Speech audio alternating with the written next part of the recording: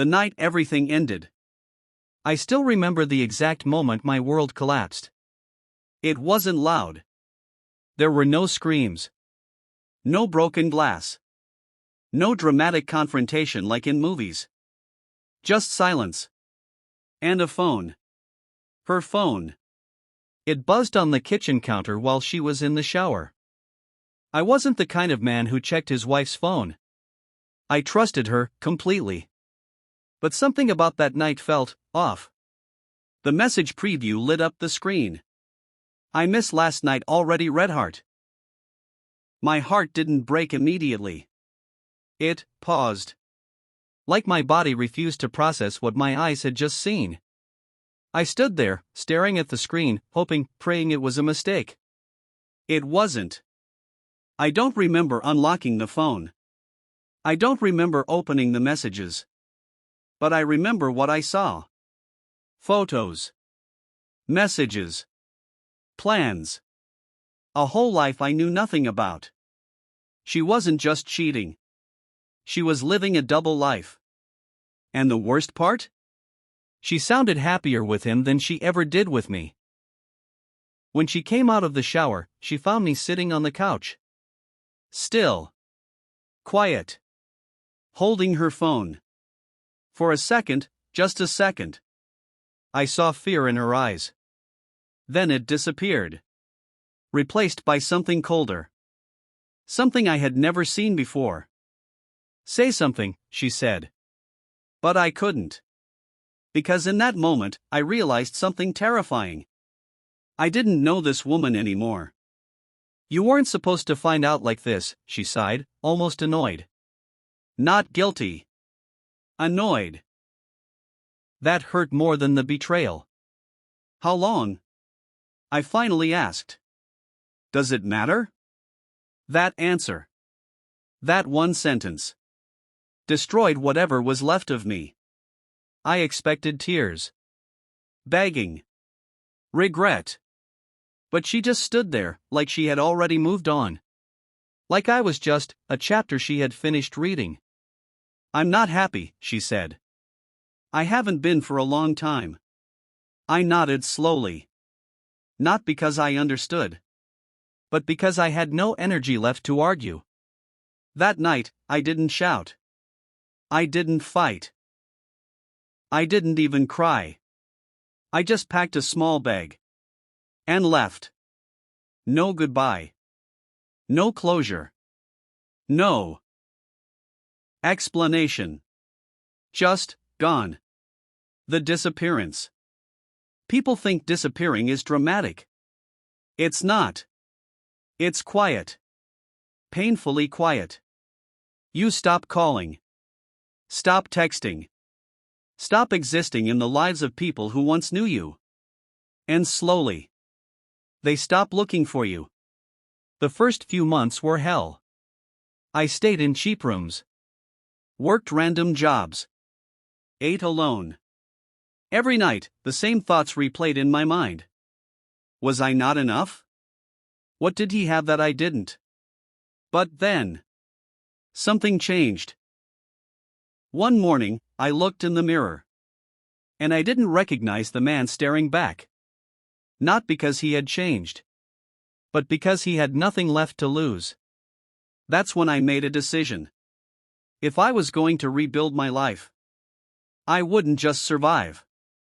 I would become someone she would never recognize again, the man she didn't recognize. The first year after I disappeared, I wasn't rebuilding my life. I was surviving it. I worked jobs no one wanted. Construction. Night shifts. Delivery work. No friends. No family. No one asking where I was. And honestly, that's what I wanted.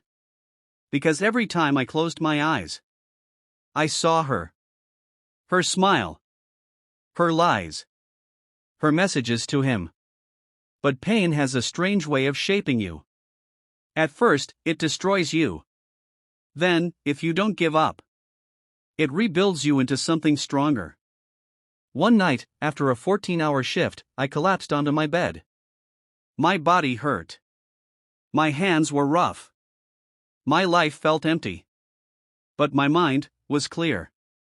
For the first time since that night, I didn't think about her. That scared me.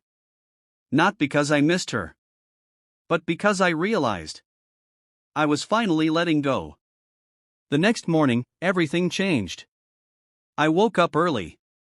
Not because I had to, but because I wanted to. I started small. Running. Just 10 minutes at first. Then 20. Then an hour. I stopped eating like I didn't care. I started reading. Learning. Growing. Weeks turned into months. Months turned into a year. And slowly, the broken man she left behind started disappearing. The transformation. I didn't become rich overnight. I didn't magically fix everything. But I became disciplined. And discipline changes everything. I saved money. Started a small online business. Failed. Tried again. Failed again. But this time, I didn't quit. Because losing her had already taught me the worst kind of pain. Failure didn't scare me anymore. By the third year, things started working. My business grew. Slowly. Quietly. Just like I did. New city. New apartment. New life. And most importantly, a new version of me. I didn't hate her anymore. I didn't even feel angry. I just felt nothing. And that's when I knew I was finally free. The unexpected reunion. It happened on a random afternoon. The kind of day you don't expect anything to change. I was at a hotel lobby, waiting for a client. Dressed in a suit. Confident. Calm. A life I once thought I'd never have. And then I saw her. At first, I wasn't sure. But then she turned. And our eyes met. Time didn't slow down. It didn't freeze. But something inside her did. Her expression shifted. Confusion. Shock. Disbelief. She stared at me. Like she was looking at a ghost. I could see the question in her eyes. Is that really him? I stood up. Not to impress her. Not to prove anything. But because I no longer had a reason to hide. As I walked closer, I noticed something I never expected. She looked tired. Not physically, but emotionally. Like life hadn't been as kind to her as she once thought it would be. "Hi," she whispered. Her voice wasn't confident anymore. It wasn't cold. It wasn't distant. It was uncertain. And for the first time in years, I spoke to her. Hello. That was it. One word. But it carried everything I had become. She swallowed hard. I didn't expect to see you. I know, I replied calmly. There was a long silence. The kind that used to make me uncomfortable. But now, it didn't bother me at all. You look, she started. Then stopped. Because she didn't know how to finish that sentence. Better? Different? Stronger? I've been doing well. I said. Not to brag. Not to hurt her. Just stating a fact. Her eyes dropped for a moment. And that's when I saw it. Regret. Real. Heavy. Unavoidable. I tried to find you, she said quietly. I smiled slightly. Not out of happiness. But out of understanding. You didn't look very hard. That hit her. I could see it. Because deep down, she knew it was true. The shift of power. Years ago, I was the one asking questions. The one searching for answers. The one trying to hold on. Now, the roles had changed. She was the one unsure. The one emotional. The one holding on to a conversation that was already slipping away. I made a mistake, she said. Her voice cracked slightly. I looked at her. Not with anger. Not with pain. But with clarity. No, I said softly. You made a choice. That silence after was heavier than anything we had ever shared. She stood there. In front of me. But she wasn't the same woman I once loved. Not because she looked different. But because now I could finally see her clearly. I didn't mean to hurt you, she said. Her voice trembled. I was confused. I thought I wanted something else. I didn't interrupt. Not because I agreed. But because I no longer needed to defend myself. And did you find it? I asked calmly. That question broke her. Her eyes filled with tears. Her lips parted, but no words came out. Because the answer was obvious.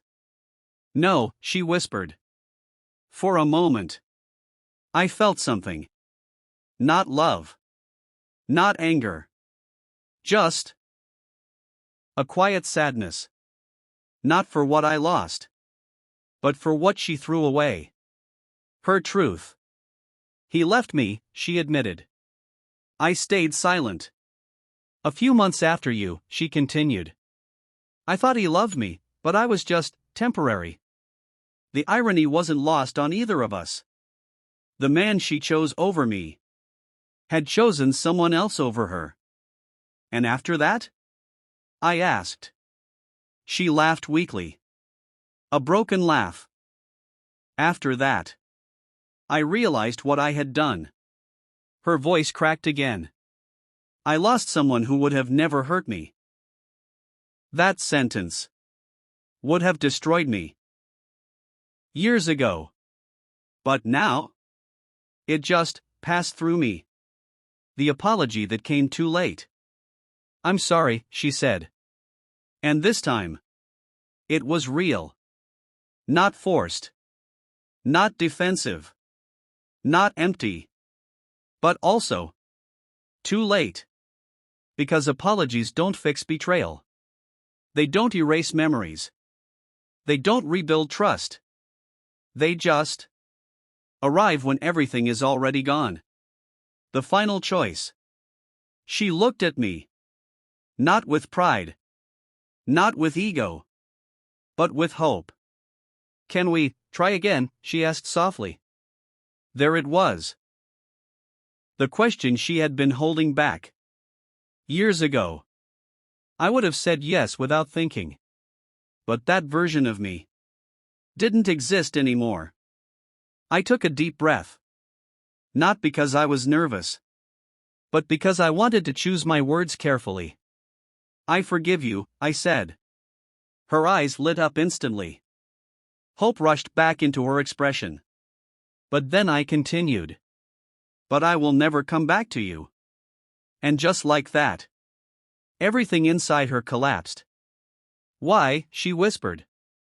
I looked at her one last time. Not with pain. Not with anger. But with peace. Because the man who loved you. I paused.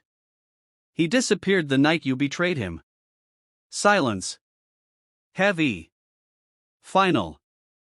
Unavoidable. The goodbye. I turned around. Not dramatically. Not angrily. Just calmly. And I walked away. This time. Not as a broken man. Not as someone running from pain. But as someone who had already won. I didn't look back. Because I didn't need to. Some endings don't need closure. They just need distance. The lesson. People think revenge is loud. That it's about proving something. Hurting someone back. But the truth is, the strongest revenge is growth. Becoming someone who no longer needs the person who broke them. And that day, as I walked out of that lobby, I realized something powerful. She didn't lose me that day. She lost me. The moment she thought I was replaceable. Fire.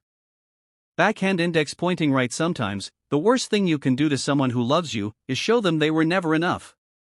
Because one day, they'll prove you wrong without you.